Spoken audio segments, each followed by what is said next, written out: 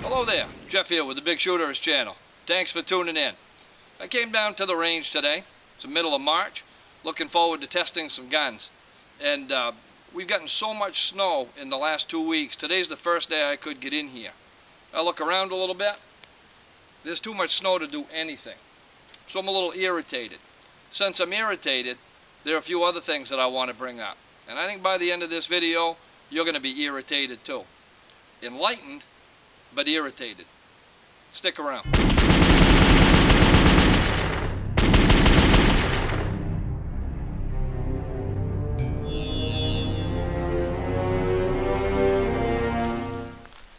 I'm irritated today because I can't do any shooting. But when I think about it, that's not really the source of the irritation. The irritation is the foolishness that I'm seeing on the news lately. We haven't had one of these little soapbox let's talk frank moments for quite a while, and I think right now it's due time. Let's talk about a few things that are going on out here in the world that are going to have grave consequences to the way we live our lives and our kids live their lives. And let's see maybe if we can educate each other a little bit, maybe pass on some information to people that maybe they haven't had it explained to them properly, and see if we can fix things. Basically, if you're not mad, if you're not irritated about all the things that are going on, you're not paying attention, because there's a lot to be irritated about. Let's look at the news just recently. Look what's happening in Connecticut. Look what's happening in New York with their SAFE Act. Look what's happening in California with the 80% lower place. Not to mention all the national level things that are going on with this current administration, like Fast and Furious and Benghazi, and nobody wanting to answer those questions. Let's leave the national news stuff aside, the Benghazi and the Fast and Furious and the multitudes of other things that are going on that we don't seem to have any control over and we're not being well educated about. Let's discuss the Second Amendment related issues, the things that we can do something about, and the things that are happening in our own backyard and time right now. There are so many politicians that are rabidly anti-gun that they're not selecting people that have good arguments anymore like they used to do. They used to have a great propaganda campaign. Now they're coming out with ridiculous statements about MAC-10s being invented for trench warfare, and they're coming out with phrases like spray fire and buzz guns and ghost guns, and I mean the things they say don't even make any sense anymore, to the point that they'd be laughable if it wasn't so serious. This right here, this is what I look like when I laugh. I don't think it's funny, and I don't think you think it's funny either. I'm continuously hearing how the firearms that we use today are not protected by the Second Amendment because they weren't around when the Second Amendment was drafted. And you know, the real irony in that is the people that are writing this in their blogs under the blue glow of a plasma screen while they're sitting in their parents' basement in their underwear on their computer, tweeting and on Facebook and using the World Wide Web to exercise their First Amendment. I don't think all that stuff was around during the writing of the Bill of Rights either. But I don't see anybody saying it's not a legitimate form of expression, because that isn't the case. So maybe we should cut the crap on that one right now. By the way, this brand new dangerous machine called the AR-15 that they keep bringing up as the firearm du jour that we need to ban today, that's only been around for 50 plus years, and it used to be shipped directly from the manufacturer to your home without a dealer there. So obviously, since the early 1960s, if there were a problem that were going to surface, being shipped with its standard capacity magazine of 30 rounds, it probably would have surfaced by now. So the AR platform guns, that wasn't invented yesterday, and there isn't a massive problem with it. So let's get some reality back into this subject matter just a little bit. How about plastic guns? Plastic guns. Oh man, that's all I'm hearing, plastic guns. As though plastic printing material is something new. Look this one up. Rapid prototype machine. These things have been around forever. The difference?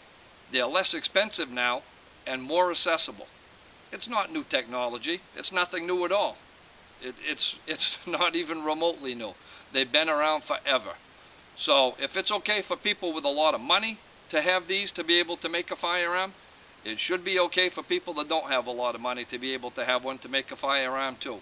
And by the way, I haven't seen anything that's made on a rapid prototype machine that really has a whole lot of longevity yet. To me, it seems in its very, very early stages as far as having something useful. Typically, they're for prototyping, as in the name, rapid prototype machine. So then we get a senator, I think he's a senator, I don't know, some politician from California, career politician, obviously. If he hasn't been in it for a career yet, you can tell he's grooming himself well for it, because nothing he says makes sense, and everything he says is what somebody else, higher above him, wants to hear. He decides to talk about ghost guns, plastic guns, firearms that are made from raw material that are not yet a firearm. Hey, Einstein, every firearm comes from something that is not yet a firearm. And unless you're going to hang around any machine shop or any place that sells tools, or set up a surveillance operation in the parking lot at Harbor Freight where they sell milling machines and lathes and machines that are used to turn things that are not firearms into things like firearms, there's nothing new going on. Absolutely nothing new.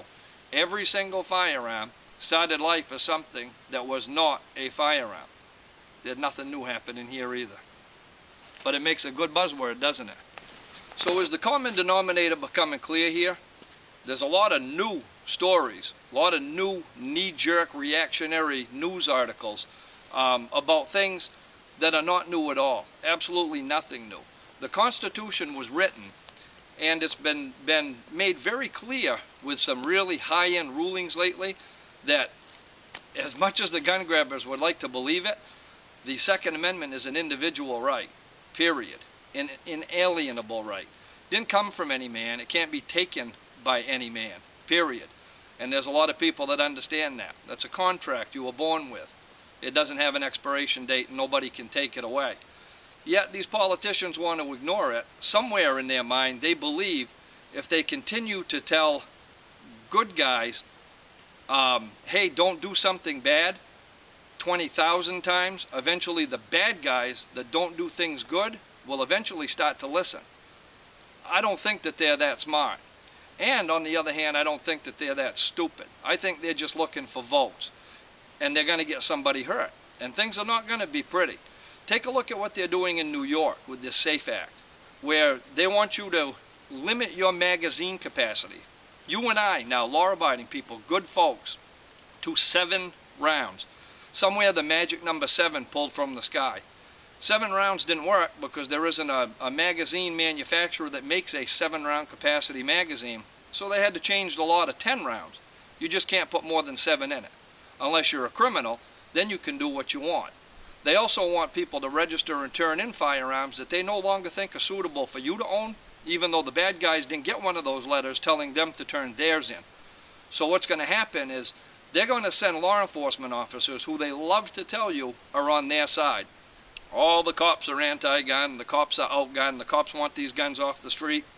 Let's clear the air on that right now. I hang out with a lot of cops. Probably a lot of you watching this hang out with a lot of cops. Probably even more of you are cops. Cops don't feel that way. Not real cops. Maybe some administrative political police do. But, you know, they're this much in a field of that wide. It doesn't really exist.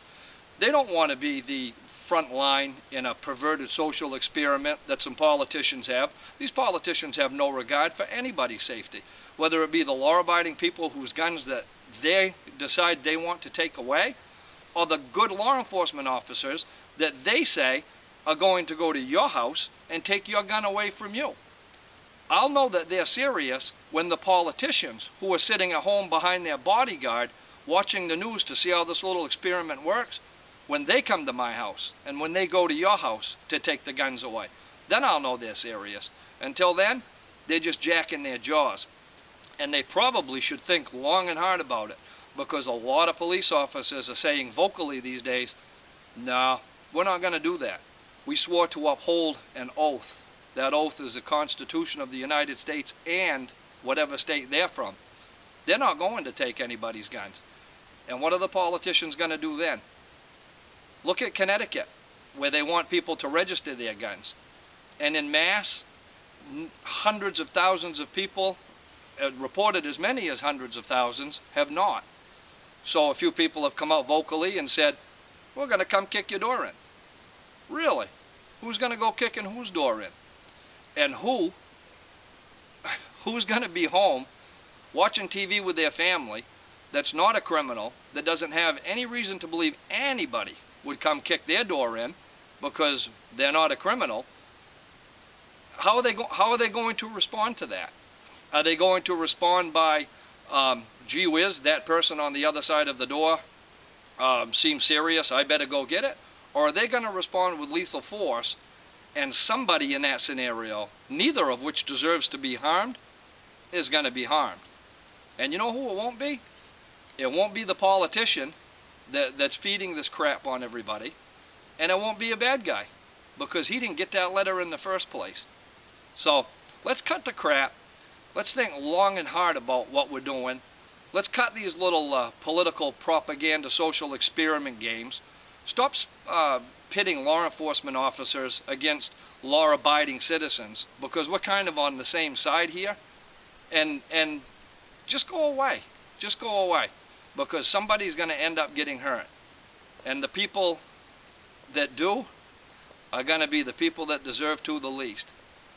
And you know, whatever happens, politicians, that's on you.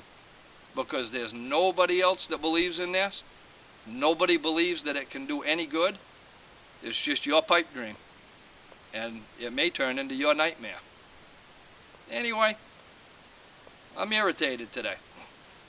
It started out with the snow, and I decided that I'd vent a little bit since I had a camera and a few minutes. And I hope that you're irritated too, because there's a lot of foolishness going on, and it needs to end right now. We need to let these politicians know we're not going to have our rights usurped. We're not going to allow them to play political games with our rights. Our rights are exactly that. They're not bargaining chips for propaganda or political headway. They're our rights. And if they want to take something from somebody, maybe they should consider somebody else to pick on, because the people that write to me and the people I talk to, they're not bad guys, and they don't want to be treated like bad guys. Well, I hope you enjoyed this little rant. I hope you enjoyed the video. If you did, please click subscribe. Share the video with your friends in your vast social media network. Hopefully, next time you tune in, there'll be some shooting going on and some testing and evaluating. My list is so far back, I don't know when I'll be caught up, but I promise it'll be fun for all of us. Till next time, have fun and be safe.